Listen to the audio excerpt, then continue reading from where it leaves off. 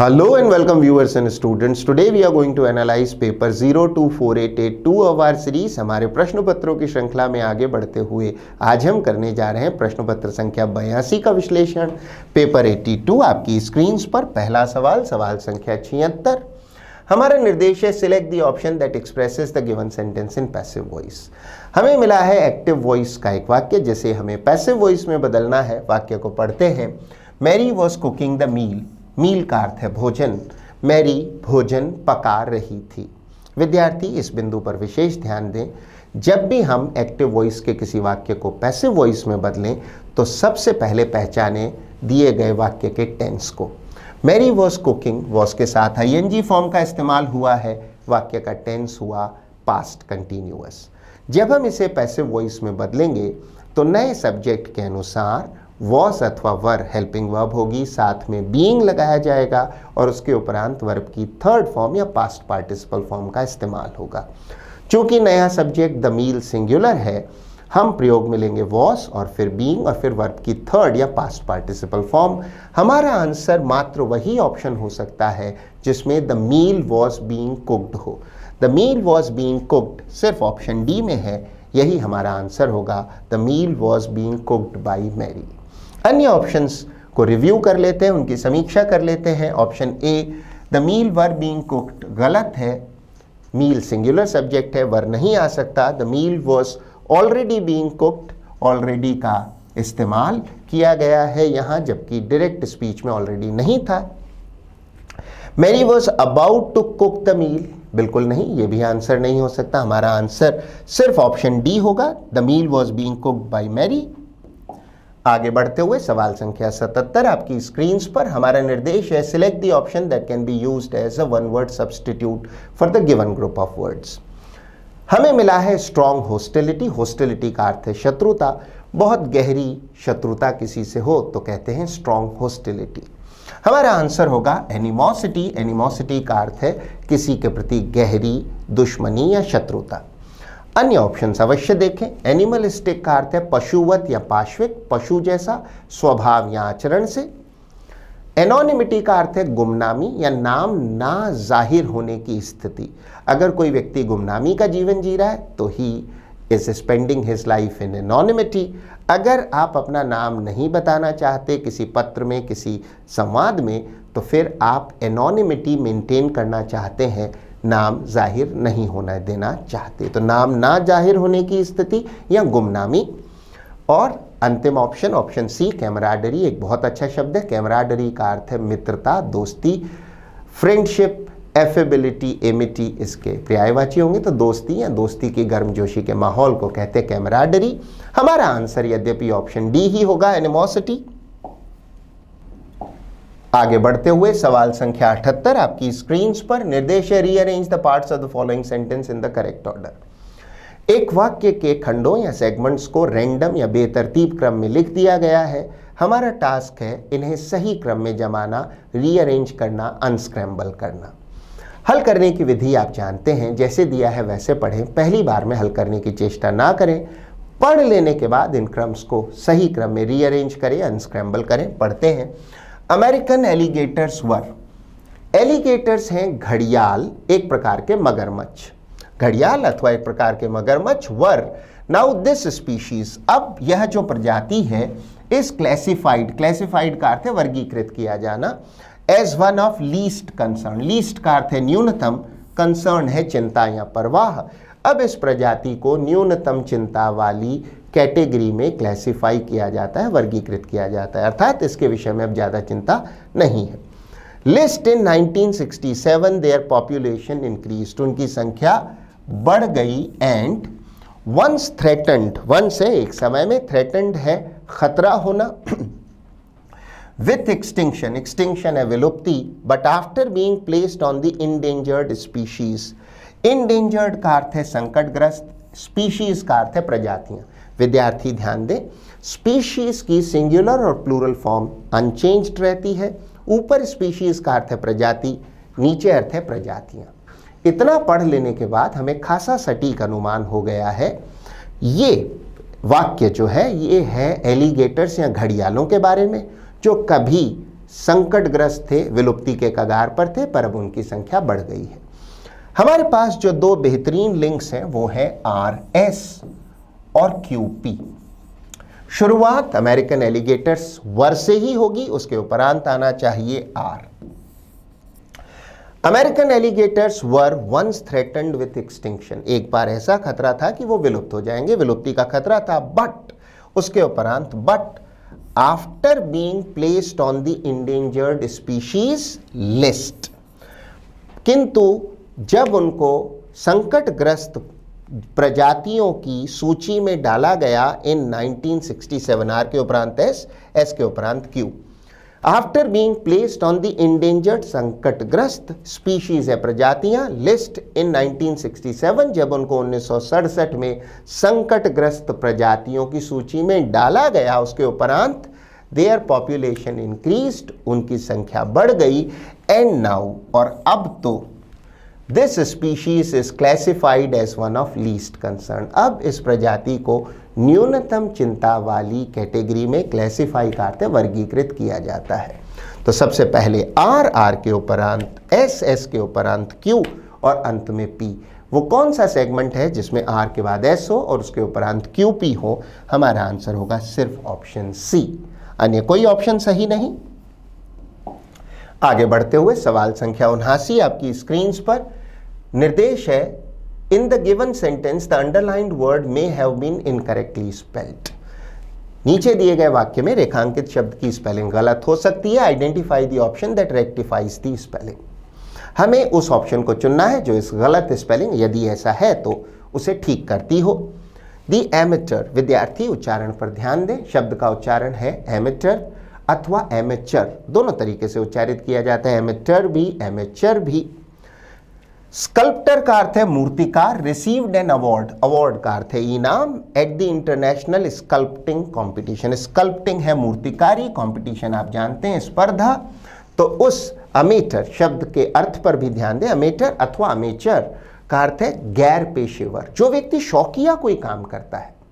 अगर आप पेशेवर तरीके से कोई काम करते हैं, आपकी आय का स्रोत वह काम है, तो आप प्रोफेशनल हैं।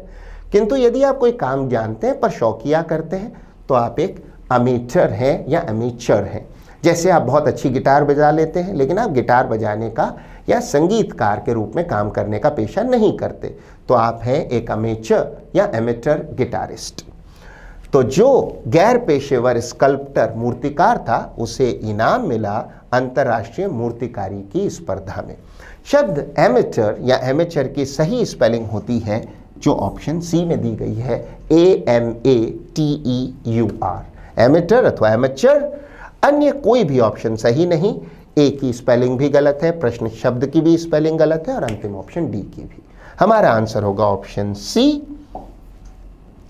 आगे बढ़ते हुए सवाल संख्या 80 आपकी स्क्रीन पर, हमें पहचानना है वो शब्द जिसकी स्पेलिंग गलत है। निसंदेह हमारा आंसर होगा ऑप्शन डी। क्विवर में QU के उपरांत ई नहीं आई का इस्तेमाल होता है, QUIVER। शब्द क्विवर के दो प्रमुख अर्थ हैं। नाउन के रूप में क्विवर का अर्थ है तुणीर या तरकश।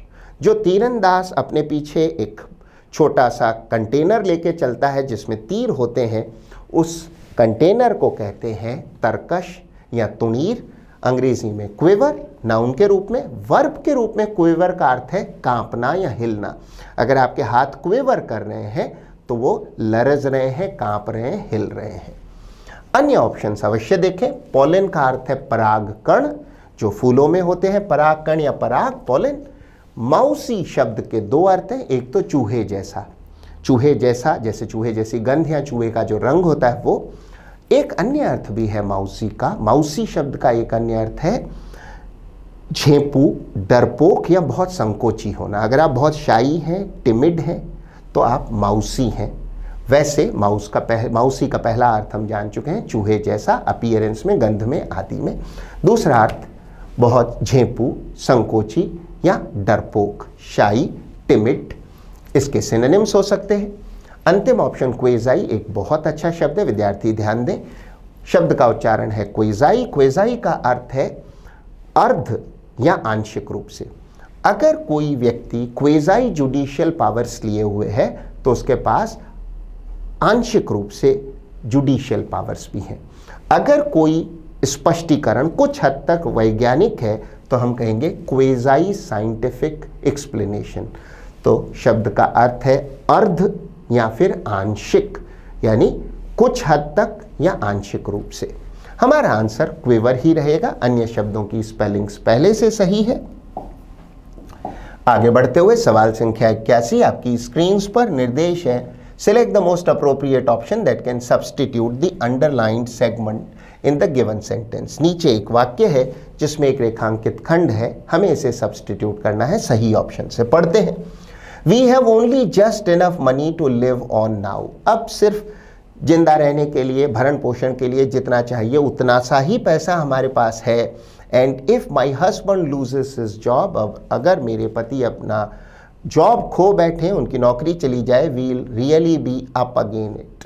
अप अगेन इट नहीं होगा, we'll be up against it. मुहावरे to be up against it का अर्थ होता है किसी डिफिकल्ट सिचुएशन में होना, कठिन परिस्थितियां, कठिन हालात में होना। अगर मेरे हस्बैंड अपनी नौकरी खो बैठे, we'll really be up against it, ना कि अगेन इट। हमारा आंसर ऑप्शन डी होगा। अन्य ऑप्शंस देख लेते हैं, be up gone it, be up across it, बिल्कुल नहीं, ये मुहावरे नहीं हो सकते। मुहावरा या इडियम सही है बी अप अगेंस्ट इट। हमारा आंसर अंतिम ऑप्शन डी ही होगा। आगे बढ़ते हुए सवाल संख्या 82 निर्देश है, select the most appropriate synonym for the underlined word. नीचे दिए गए वाक्य में एक रेखांकित शब्द है, हमें इसका सिनोनिम या पर्यायवाची बताना है। वाक्य को पढ़ते हैं, द फॉरेन कंपनी, फॉरेन है विदेशी, company is चेयरी of investing in Africa. चेयरी का अर्थ होता है बड़ा सतर्क, चौकन्ना, बहुत सावधान। तो जो विदेशी कंपनी है वो बड़ी सावधान है, उसको नुकसान की चिंता आदि होगी। तो किस चीज़ को लेकर सावधान है या किस नुकसान आदि की आशंका से वो सतर्क हो गई है? इन्वेस्टिंग इन अफ्रीका, अफ्रीका में निवेश को लेकर। चेयरी का सिनोनिम होगा कॉशियस, सतर्क, चौकन्ना, सावधान। किसी आशंका को लेकर अगर आप सावधान हो गए तो आप कॉशियस हैं, सतर्क हैं। अन्य ऑप्शंस हमेशा देखा करें। कीन शब्द के कई अर्थ हैं, प्रमुख अर्थ है एक तो धारदार, जैसे कीन नाइफ, एक किसी चीज़ में बहुत रुचि लेने वाला। अगर आप बहुत कीन स्टूडेंट हैं किसी विषय के तो आप बहुत रुचि लेते हैं, बहुत उसमें इंटरेस्टेड हैं। मेधावी को भी कीन कहा जाता है। फर्वेंट शब्द का अर्थ है उत्साही, जोशीला। किसी चीज़ के प्रति आपके मन में बहुत उत्साह है, समर्पण है, जोश है, तो आप हैं फर्वेंट। सिनोनिम हो सकता है ardent. Fervent supporter of a political party होगा, किसी पॉलिटिकल पार्टी का बड़ा उत्साही, जोशीला समर्थक। कॉन्फिडेंट आप जानते हैं, आत्मविश्वस्त। हमारा आंसर ऑप्शन डी ही होगा। आगे बढ़ते हुए सवाल संख्या 83 आपकी स्क्रीन पर निर्देश है, select the most appropriate meaning of the underlined idiom. हमारे पास एक इडियोमैटिक शब्द है, ग्रीन हॉर्न, मूलतः एक नाउन है। हमें इसका सब्सटीट्यूशन करना है सही ऑप्शन से। द न्यू इंटर्न, इंटर्न का अर्थ है वो व्यक्ति जो इंटर्नशिप कर रहा है या ट्रेनिंग ले रहा है, काम सीख रहा है। Is a green horn and दस, इस प्रकार हिज सुपीरियर्स, उसके जो वरिष्ठ हैं, टेक एडवांटेज ऑफ हिम। दस का अर्थ है इस प्रकार या परिणामतः। शब्द ग्रीन हॉर्न का अर्थ है ऐसा व्यक्ति जिसे ज़्यादा तजुर्बा या अनुभव नहीं है, जो नौसिखिया है। हमारा आंसर होगा an inexperienced person. The new intern is an inexperienced person और अ ग्रीन हॉर्न एंड दस, इसलिए देयरफॉर हिज सुपीरियर्स, उसके जो वरिष्ठ हैं वो उसका लाभ उठाते हैं। अन्य ऑप्शंस की समीक्षा कर लेते हैं। जेलस का अर्थ है ईर्ष्यालु। हमारा आंसर अ जेलस पर्सन नहीं हो सकता है। Over enthusiastic person, over enthusiastic का अर्थ है अति उत्साही, इंथ्यूजियास्टिक है उत्साही, ओवर इंथ्यूजियास्टिक का अर्थ हुआ अति उत्साही, ज़रूरत से ज़्यादा उत्साही नहीं। ग्रीन हॉर्न तो वो होता है जिसे अनुभव ना हो, नौसिखिया हो, वो ओवर इंथ्यूजियास्टिक या अति उत्साही व्यक्ति नहीं है। सिक का अर्थ है बीमार, आप जानते हैं। ऑप्शन डी भी आंसर नहीं हो सकता। हमारा आंसर है पहला ऑप्शन ए। आगे बढ़ते हुए फिल इन द ब्लैंक का एक प्रश्न है, हल करते हैं। Neeta can assemble the students of her class dash. हमारा आंसर होगा quickly. Neeta can assemble, assemble का अर्थ है इकट्ठा करना, द स्टूडेंट से विद्यार्थी, आप जानते हैं, ऑफ हर क्लास क्विकली, अपनी कक्षा के विद्यार्थियों को बहुत क्विकली, तेजी से इकट्ठा कर सकती है। नीता कैन असेंबल इकट्ठा कर सकती है द स्टूडेंट्स विद्यार्थियों को ऑफ हर क्लास क्विकली, अपनी कक्षा के विद्यार्थियों को बहुत तेजी से इकट्ठा कर सकती है। अन्य ऑप्शंस देख लेते हैं। परफेक्ट का अर्थ आप जानते हैं, परफेक्ट का अर्थ है पूरी तरह से किसी चीज में बिना त्रुटि के एकदम माहिर, पूरी तरह सही या फिर निपुण। डिस्ट्रैक्ट आप जानते हैं ध्यान भटकाना। स्लो का अर्थ है धीमा। हमारा आंसर होगा सिर्फ क्विकली, परफेक्ट नहीं, डिस्ट्रैक्ट भी नहीं, ना ही स्लो। आगे बढ़ते हुए सवाल संख्या 85 एक बार फिर से फिल इन द ब्लैंक का प्रश्न है। ऑफ कोर्स का अर्थ है निश्चित रूप से। We agree with that major, major का अर्थ है कोई प्रावधान, कोई नियम, कोई कदम, कोई कार्रवाई। किसी विभाग ने या सरकार ने कोई नया कानून बनाया, नया प्रावधान लिया, नए रूल्स बनाए, कोई नई कार्रवाई की, उन्हें कहते हैं major. It is dash sensible, it is perfectly sensible. हम सहमत हैं, अगर हम सहमत हैं तो वो चीज़ सेंसिबल का अर्थ है समझदारीपूर्ण या विवेकपूर्ण। वो चीज़ विवेकपूर्ण है तो फिर हम सहमत होंगे कब, जब वो परफेक्टली सेंसिबल हो, पूरी तरह से। परफेक्टली है पूरी तरह से। अन्य ऑप्शन अवश्य देखें। स्लाइटली का अर्थ है आंशिक रूप से, हार्डली का अर्थ है ना के बराबर, पार्शियली का अर्थ है आंशिक रूप से। हम आंशिक रूप से विवेकपूर्ण चीज से क्यों सहमत होंगे, परफेक्टली सेंसिबल चीज से होंगे। हमारा आंसर ऑप्शन डी ही रहेगा। आगे बढ़ते हुए सवाल संख्या 86 आपकी स्क्रीन पर। हमारा निर्देश है select the most appropriate synonym for the given word from the following sentence. हमें मिला है एक प्रश्न शब्द, एक क्वेश्चन वर्ड एनकाउंटर्ड, जिसका सिनोनिम हमें बताना है नीचे दिए गए वाक्य से। पढ़ते हैं इस वाक्य को। Many people have been experiencing the starting of heat wave. शब्द हीट वेव का अर्थ है ताप या ऊष्मा की लहर। बहुत तेज गर्मी हो और गर्म हवाएं चल रही हो, लू चल रही हो, तो हम कहेंगे हीट वेव है, ताप की एक लहर है, लू है। And some of them have avoided going outside their homes, और उनमें से कुछ लोगों ने अवॉइड कर दिया है अपने घरों से बाहर जाना। हमारा आंसर होगा एक्सपीरियंसिंग। विद्यार्थी इस बात पर ध्यान दें, शब्द एनकाउंटर का एक अर्थ है मुठभेड़, जैसे फौजियों और आतंकवादियों के बीच होती है एनकाउंटर, मुठभेड़। किंतु शब्द एनकाउंटर का एक अन्य अर्थ है जिसका अर्थ है सामना करना, किसी चीज को सहना, फेस करना, या कोई कठिन परिस्थिति या चीज हो तो झेलना। तो सामना करना, सहना, झेलना या फेस करना भी इनकाउंटर है। और एक्सपीरियंस शब्द का भी अर्थ अनुभव करना ही है या झेलना ही है। वाक्य में हीट वेव है तो लोग उसको एक्सपीरियंस कर रहे हैं, हीट वेव का सामना कर रहे हैं, हीट वेव को फेस कर रहे हैं, उसे झेल रहे हैं।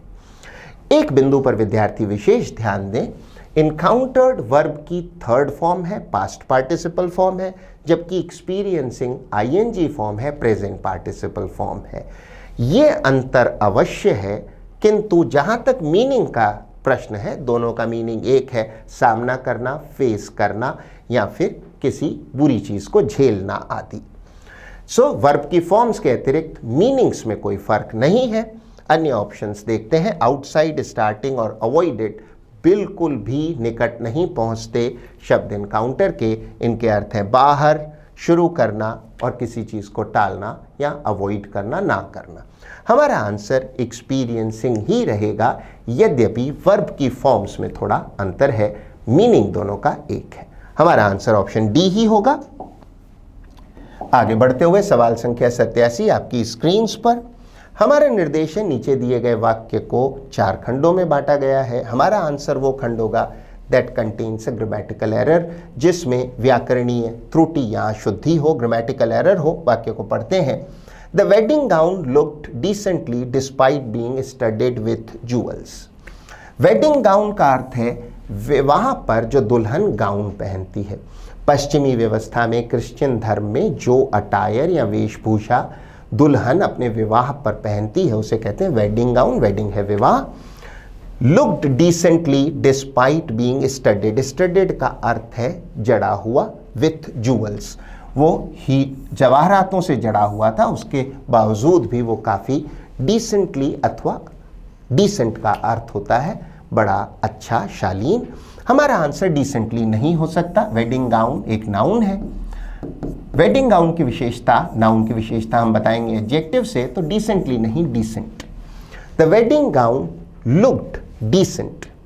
लुक लिंकिंग वर्ब है, हमें विशेषता बतानी है नाउन की, लिंकिंग वर्ब लुक्ड की नहीं।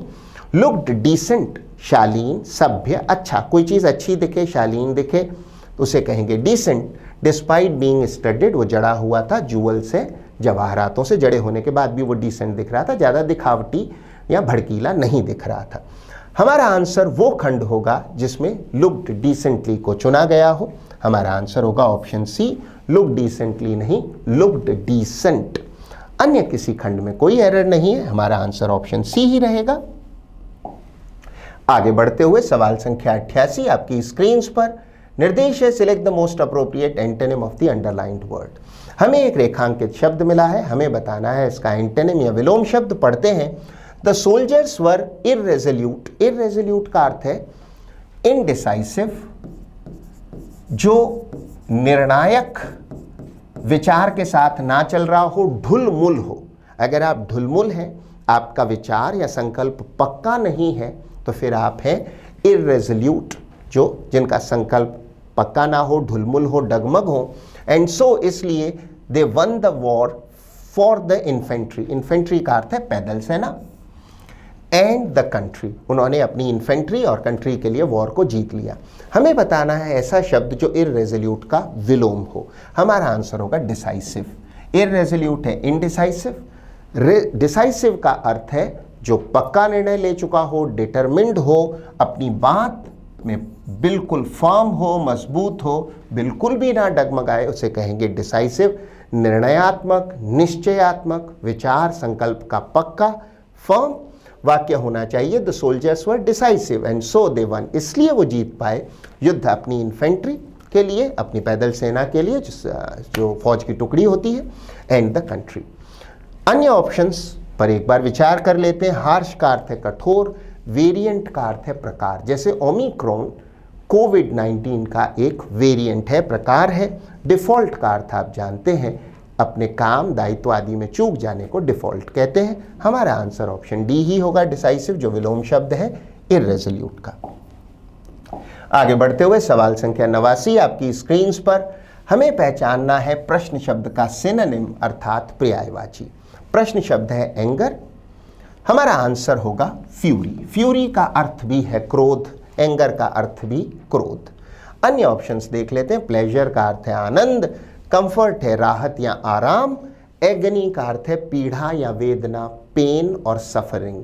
हमारा आंसर होगा ऑप्शन बी, फ्यूरी, क्रोध। आगे बढ़ते हुए सवाल संख्या 90 आपकी स्क्रीन पर। निर्देश है, select the most appropriate option to complete the given sentence. हमें एक वाक्य मिला है जिसमें एक ब्लैंक है, हमें इसे भरना है सही ऑप्शन से। पढ़ते हैं, she raised a dash when she saw her luggage missing. Luggage का अर्थ है सामान। She raised a what? She raised a hue and cry. विद्यार्थी ध्यान दें, मुहावरे to raise a hue and cry का अर्थ है शोर मचाना। तो उसने शोर मचाया, वो चिल्लाई। When she saw her luggage missing, जब उसने क्या देखा, क्या पाया कि उसका लगेज, जो उसका सामान था, वो गायब था। तो अपने सामान को गायब पाकर वो चिल्लाई, वो चीखी, उसने शोर मचाया। शायद उसका सामान कोई चुरा कर ले गया था। Never ignore the other options, let's analyse them one after the other. Option B को देखते हैं। स्पिक एंड स्पैन का अर्थ है साफ सुथरा, नीट एंड क्लीन। यदि कोई स्थान बिल्कुल स्पिक एंड स्पैन है तो साफ सुथरा है। हैंड एंड फुट का शाब्दिक अर्थ है हाथ और पैर। If somebody is bound hand and foot, उसके हाथ पैर बांध दिए गए हैं। किंतु मुहावरात्मक अंग्रेजी में प्रयोग करते हैं wait on somebody hand and foot. Idiomatic expression है, मुहावरात्मक एक्सप्रेशन है to wait on somebody hand and foot, जिसका अर्थ होता है किसी की बहुत खुशामद या चापलूसी करना। यदि आप किसी व्यक्ति को प्रसन्न करने के लिए, राजी करने के लिए हमेशा तत्पर रहते हैं तो you wait on that person hand and foot. जैसे political workers often wait on their political bosses hand and foot. बहुत से राजनीतिक कार्यकर्ता हमेशा खुशामद में लगे रहते हैं अपने पॉलिटिकल बॉसेस की या राजनीतिक आकाओं के लिए, so they wait on them hand and foot. अंतिम ऑप्शन कैरेट एंड स्टिक को देखें। प्रबंध की भाषा में कैरेट प्रतीक है पारितोषिक का, इनाम का, इंसेंटिव का, और स्टिक प्रतीक है दंड का, पनिशमेंट का। तो यदि कोई मैनेजमेंट अडॉप्ट करता है कैरेट एंड स्टिक अप्रोच, तो वो अच्छे काम के लिए पारितोषिक देता है, इंसेंटिव देता है, और खराब या कमतर काम पर दंड देता है। तो अप्रोच हुई carrot and stick. So the management adopts the carrot and stick approach.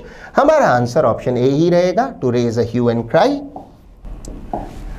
आगे बढ़ते हुए सवाल संख्या 91 में आपकी स्क्रीन पर हमारा निर्देश है, select the correct direct form of the given sentence.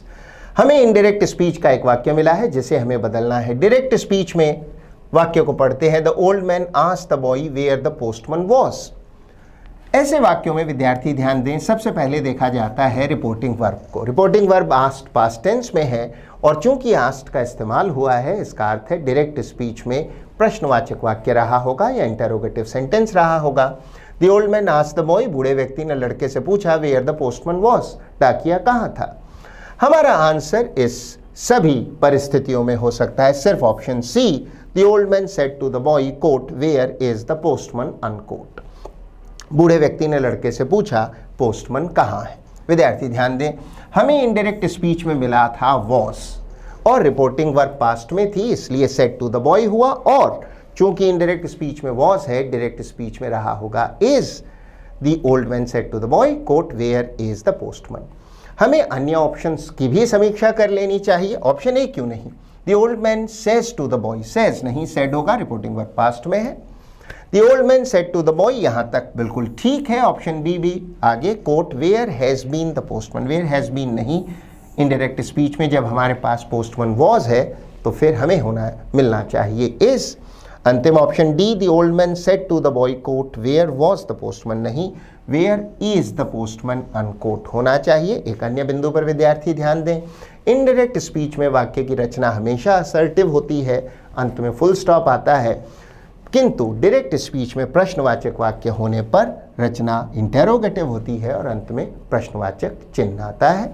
Indirect speech थी, the old man asked the boy where the postman was. Direct रचना होगी, the old man said to the boy quote where is the postman. हमारा answer option C ही होगा। आगे बढ़ते हुए सवाल संख्या 92 आपकी स्क्रीन पर निर्देश है, select the option that expresses the given sentence in passive voice. हमें मिला है एक्टिव वॉइस का एक वाक्य जिसे हमें पैसिव वॉइस में बदलना है। वाक्य को पढ़ते हैं, Sanjay rolled the marble through a small plastic piece. Roll का अर्थ है लुढ़काना, मार्बल का अर्थ है कंचा, कांच की एक छोटी सी बॉल, बच्चे अक्सर जिससे खेलते हैं। Sanjay rolled the marble through a small plastic pipe, एक छोटे से प्लास्टिक के पाइप से संजय ने कंचे को लुढ़काया, वहां से छोटे से पाइप से निकाला या लुढ़काया। ऐसे वाक्यों को जब भी आप पैसिव वॉइस में बदलें तो सबसे पहले एक्टिव वॉइस में दिए गए वाक्य के टेंस को पहचान लें। संजय के साथ रोल्ड वर्ब की सेकंड फॉर्म है, पास्ट फॉर्म है, इसलिए वाक्य का टेंस हुआ सिंपल पास्ट टेंस। जब हम इसे पैसिव वॉइस में बदलेंगे तो नए सब्जेक्ट के मुताबिक जैसी भी आवश्यकता हो वॉज या वर हेल्पिंग वर्ब होगी और साथ में वर्ब की थर्ड या पास्ट पार्टिसिपल फॉर्म का इस्तेमाल होगा। नया subject the marble singular subject है, इसलिए वॉज आएगा ना कि वर, और फिर वर्ब की थर्ड फॉर्म। हमारा आंसर होगा option 2, the marble was rolled through a small plastic pipe by Sanjay, अथवा the marble was rolled by Sanjay through a small plastic pipe.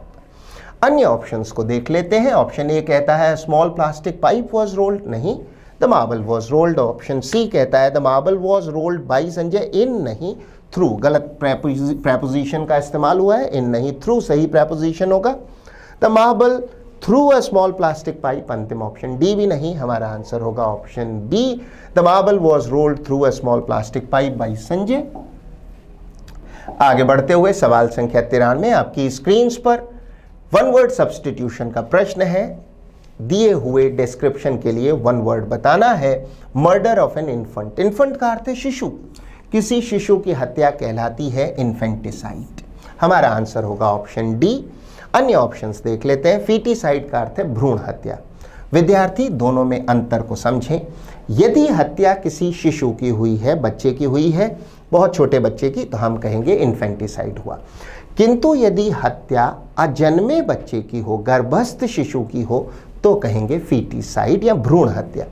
Option B regicide का अर्थ जान लेते हैं। The killing of a king, किसी राजा की हत्या कहलाती है रेजिसाइड, और सेक्रीफाइस आप जानते हैं बलिदान। हमारा आंसर ऑप्शन डी ही रहेगा।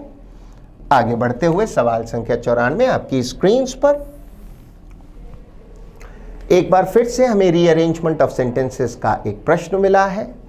वाक्य के 4 खंड हैं जिन्हें बेतरतीब या रैंडम क्रम में लिख दिया गया है। हमें इन्हें जमाना है सही क्रम में, जैसे दिया है वैसे पढ़ें। पहली बार हल करने की चेष्टा ना करें, पढ़ने के बाद सही सीक्वेंस में उन्हें अरेंज करने की कोशिश करें।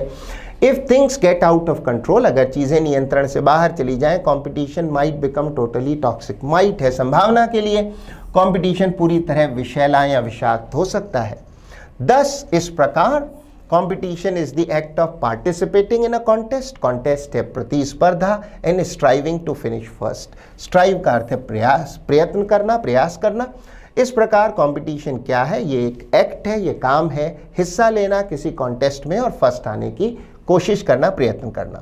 Competition enables those effectively, enables का अर्थ है सक्षम बनाना, those who effectively deal with it. Competition enable सक्षम बनाता है दोस्त उन लोगों को, हु जो कि इफेक्टिवली प्रभावी रूप से डील विथ इट, जो प्रभावी रूप से इस कंपटीशन से निपटते हैं, डील करते हैं। To grow and realise their skills and talent. यहाँ रियलाइज का अर्थ विद्यार्थी ध्यान दें, महसूस करने से नहीं है। रियलाइज का अर्थ है अचीव करना या फुलफिल करना, कि वो अचीव कर सकें अपनी, या फुलफिल कर सकें, परिपूर्णता पा सकें देयर स्किल्स, अपनी निपुणताओं का, एंड टैलेंट्स है प्रतिभाओं का। The essence of competition, essence का अर्थ है सार, ऑफ कंपटीशन स्पर्धा का जो सार है, is placing one self, one self का अर्थ है स्वयं को, अगेंस्ट वंस कंटेम्पररीज, कंटेम्पररीज का अर्थ है समकालीन लोग।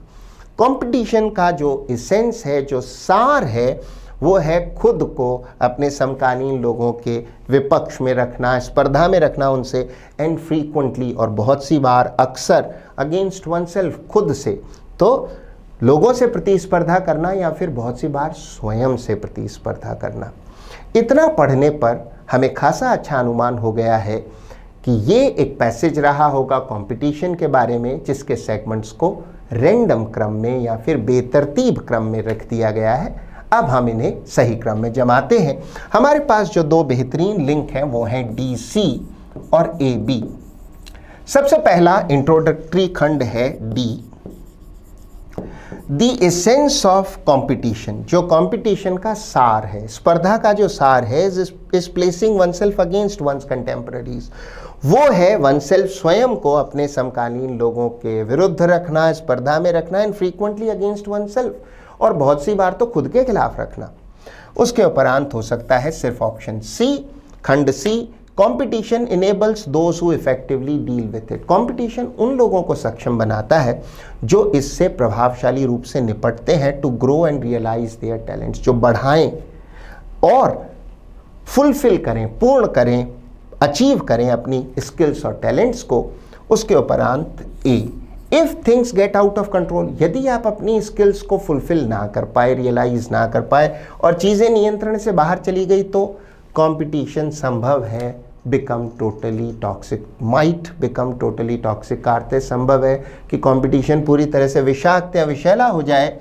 अंत में उपसंहार है, निष्कर्ष है, ध्यान दें 10 पर, 10 है इस प्रकार। इस प्रकार मीन सब चीज़ों को कंसीडर करने के बाद ये निष्कर्ष है। इस प्रकार competition is the act of participating in a contest. इस प्रकार कंपटीशन क्या है? अंतिम तौर पर किसी स्पर्धा में पार्टिसिपेट करने का एक्ट है, हिस्सा लेना, and striving to finish first, और कोशिश करना, प्रयत्न करना कि आप पहले नंबर पर आएँ, प्रथम आएँ। हमारा आंसर वो खंड होगा जिसमें D के उपरांत C हो और उन दोनों के उपरांत A व B हो। ऐसा ऑप्शन है सिर्फ option C, D, C, A, B, अन्य कोई ऑप्शन सही नहीं। आगे बढ़ते हुए सवाल संख्या 95 आपकी स्क्रीन पर निर्देश है, select the most appropriate option that can substitute the underlined segment in the given sentence. पढ़ते हैं, ब्लाइंड बाय ए डस्ट स्टॉर्म। डस्ट स्टॉर्म का अर्थ है आंधी। दे फेल इनटू डिसऑर्डर, डिसऑर्डर का अर्थ है अस्त व्यस्तता। एक आंधी से अंधे होकर वे अस्त व्यस्तता में पड़ गए, गिर गए। हमारा आंसर होगा ऑप्शन बी, ब्लाइंड नहीं ब्लाइंडेड। ब्लाइंडेड का अर्थ है अंधा होकर। विद्यार्थी ध्यान दें, वर्ब की थर्ड फॉर्म को पास्ट पार्टिसिपल कहते हैं और पास्ट पार्टिसिपल पैसिव अर्थ भी रखता है। हमारा पार्टिसिपियल जो एक्सप्रेशन है वो होना चाहिए ब्लाइंडेड, से अंधे होकर। किससे? धूल से, क्योंकि आंधी है तो आंधी से, आंधी की धूल से अंधे होकर वो बिल्कुल अस्त व्यस्त हो गए, तितर बितर होने लगे और अराजकता सी आ गई, अव्यवस्था सी फैल गई। अन्य ऑप्शंस देखते हैं। हैविंग बीन ब्लाइंड नहीं हो सकता, हैविंग बीन के साथ हमें वर्ब की थर्ड फॉर्म चाहिए। यदि हैविंग बीन ब्लाइंडेड होता तो ये पूरी तरह से सही हो जाता, क्योंकि वहां भी पास्ट पार्टिसिपल फॉर्म होता और ये पैसिव रचना सही मानी जाती, हैविंग बीन ब्लाइंडेड। किंतु हैविंग बीन के साथ फर्स्ट फॉर्म का इस्तेमाल किया गया, ऑप्शन बी ए गलत है। ब्लाइंडिंग बिल्कुल नहीं हो सकता, आईएनजी फॉर्म या फिर प्रेजेंट पार्टिसिपल फॉर्म एक्टिव के अर्थ में आती है। ब्लाइंडिंग का अर्थ है अंधा करते हुए, पर अंधा करते हुए नहीं, अंधा हो जाने के कारण ब्लाइंडेड चाहिए। बीइंग ब्लाइंड भी नहीं। डस्ट स्टॉर्म, आंधी से अंधे होकर आंखों में मिट्टी चली गई, वहां बिल्कुल अव्यवस्था सी हो गई, दे फेल इनटू डिसऑर्डर। हमारा आंसर ऑप्शन बी ही रहेगा। आगे बढ़ते हुए हमारे पास है cloze test, fill in the blanks का एक समुच्चय जिसे हल करने की विधि से आप वाकिफ हैं। दिए गए पैसेज को जैसा दिया है वैसे पढ़ें, पहली बार में हल करने की चेष्टा ना करें। यदि समय नाकाफी या अपर्याप्त हो तो पैसेज को आधा पढ़ें और फिर हल करें, और हमेशा याद रखें ब्लैंक के आगे तक पढ़ें। पढ़ते हैं। एलिजेंस, जिसका अर्थ है वफादारी, to one's favourite team is something that sports fans dash over a period of time. They are so attached, attached का अर्थ होता है जुड़े होना, to their favourite team, favourite है मनपसंद, वो इतने जुड़े होते हैं अपनी मनपसंद team say that they could display, display का अर्थ है प्रदर्शन करना, दिखाना, dash emotions not just during the course of the match, during the course of का अर्थ है के दौरान, न केवल मैच के दौरान, but much after the event is over, event के खत्म होने के बाद भी। दिस फिनोमिनन, फिनोमिनन का अर्थ है घटना या घटक, dash common across the globe is more seen in countries like Brazil, India, the US and even the UK. The US है United States या America, the UK है United Kingdom, where the favorite sport may not be the same, जहाँ जो लोकप्रिय sport है वो हो सकता है सेम ना हो, एक देश में एक लोकप्रिय है दूसरे में अन्य। In each of these nations, इतना पढ़ने पर हमें खासा अच्छा अनुमान हो गया है ये खेल के दीवानों या स्पोर्ट्स फैंस के बिहेवियर के ऊपर है। ये पैसेज है स्पोर्ट्स के फैंस के या दीवानों के बिहेवियर या आचरण पर। हल करते हैं। Allegiance to one's favourite team is something that sport fans dash over a period of time.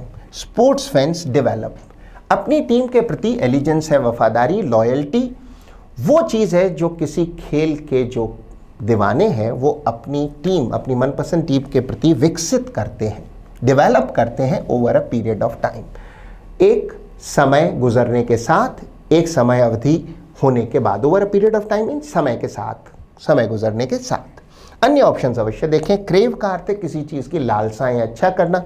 If you crave money and fame, आप किसकी इच्छा करते हैं? धन की, लोकप्रियता की, जैसी भी स्थिति हो। इन्फर का अर्थ है निष्कर्ष निकालना, और डिफर का अर्थ है स्थगित करना, टू पोस्टपोन या पुट ऑफ। हमारा आंसर होगा डेवलप। एलिजेंस वफादारी अपनी टीम के प्रति, अपनी फेवरेट टीम के लिए, something that sport fans develop, विकसित करते हैं over a period of time, समय के साथ।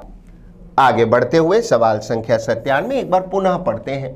Allegiance to one's favourite team is something that sports fans develop over a period of time. वफादारी या स्वामी भक्ति अपनी फेवरेट टीम के प्रति वो चीज़ है जो कि स्पोर्ट्स फैंस या किसी खेल के प्रशंसक या दीवानों में समय के साथ विकसित होती है। दे आर सो अटैच्ड, वो इतने ज़्यादा जुड़े हुए होते हैं टू देयर फेवरेट टीम्स, अपनी मनपसंद टीम्स के लिए इतने मन से जुड़े होते हैं that they could display, display का अर्थ है प्रदर्शित करना, तो इंग्लिश में शो। दे कुड डिस्प्ले, वो प्रदर्शित करते हैं, उनके रवैये में दिखते हैं dash emotions, varied emotions. Varied का अर्थ है विभिन्न, उनके व्यवहार में कई इमोशंस प्रदर्शित होते हैं।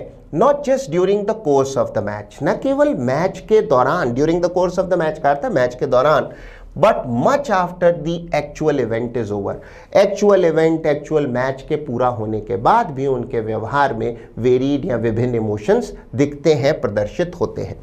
अन्य ऑप्शंस पे नजर कर लेते हैं। हरीड का अर्थ है शीघ्रता से किया हुआ या जल्दबाजी में किया हुआ। शब्द ड्रेड बहुत अच्छा शब्द है, विद्यार्थी ध्यान दें, ड्रेड एक नाउन भी है और वर्ब भी, इसका सिनोनिम होगा fear. For example, if you dread fire you are afraid of fire. एक कहावत भी है, a burned child dreads the fire, अर्थात एक जला हुआ बच्चा अग्नि से डरता है। हिंदी में दूध का जला हुआ छाछ भी फूंक फूंक कर पीता है। अंतिम ऑप्शन कंक्रीट एक बहुत अच्छा शब्द है। ये एक नाउन भी है और एक एडजेक्टिव भी है। नाउन के रूप में कंक्रीट का अर्थ है सीमेंट, रोड़ी आदि के मिक्सचर को कहा जाता है कंक्रीट, हिंदी में कंक्रीट। एडजेक्टिव के रूप में कंक्रीट का अर्थ होता है साकार या मूर्त।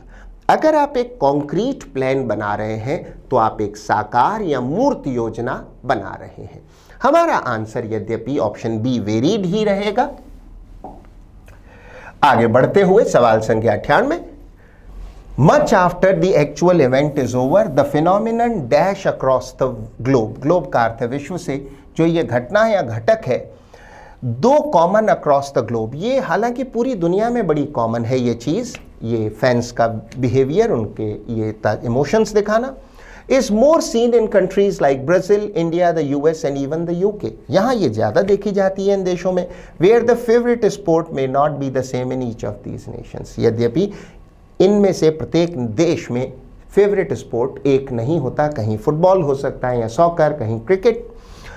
दो का अर्थ है हालांकि, यही हमारा आंसर होगा। अन्य ऑप्शन अवश्य देखें, ऑप्शन बी और डी विद्यार्थी ध्यान दें, एक ही अर्थ रखते हैं। इंस्पाइट ऑफ और डिस्पाइट का अर्थ है के बावजूद, एज आप जानते हैं क्योंकि या चूंकि। आंसर होगा दो, द फिनोमिनन दो कॉमन अक्रॉस द ग्लोब। आगे बढ़ते हुए,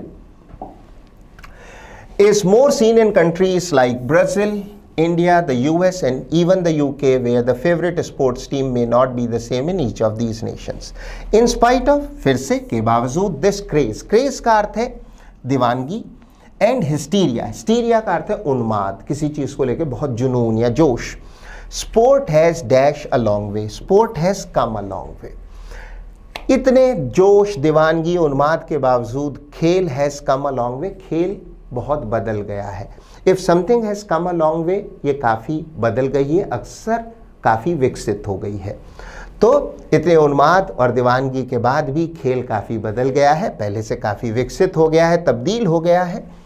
अन्य ऑप्शन अवश्य देखें। फेम का अर्थ है प्रसिद्धि, यश। केम आप जानते हैं कम की ही सेकंड फॉर्म या पास्ट फॉर्म है। गेम आप जानते हैं। कुछ विद्यार्थी सोचते होंगे केम क्यों नहीं, ध्यान दें स्पोर्ट के साथ हैज़ का इस्तेमाल किया गया है, प्रेजेंट परफेक्ट टेंस है, वर्ब की हमें थर्ड फॉर्म चाहिए ना कि second form. Has come a long way बहुत बदल गया है। आगे बढ़ते हुए, इट इज एक्सेप्टेड ये स्वीकार किया जाता है as one of the world's most dash pastimes ever. Pastime का अर्थ है अभिरुचि या हॉबी, और ये किस रूप में स्वीकार किया जाता है? दुनिया के सर्वाधिक एंटरटेनिंग पास टाइम्स एवर। दुनिया के जो जितने भी मनोरंजनकारी पास टाइम्स हॉबीज़ हैं उनमें से ये सबसे ज़्यादा में से एक माना जाता है। एंटरटेनिंग का अर्थ है मनोरंजक। बाकी के ऑप्शंस अवश्य देखें। टीडियस का अर्थ है बोरिंग एंड टायरिंग, उबाऊ और थकाऊ। ऑप्शन सी इनहिबिट का अर्थ है किसी चीज़ में बाधा डालना या रोक लगाना या रोक देना, प्रिवेंट करना।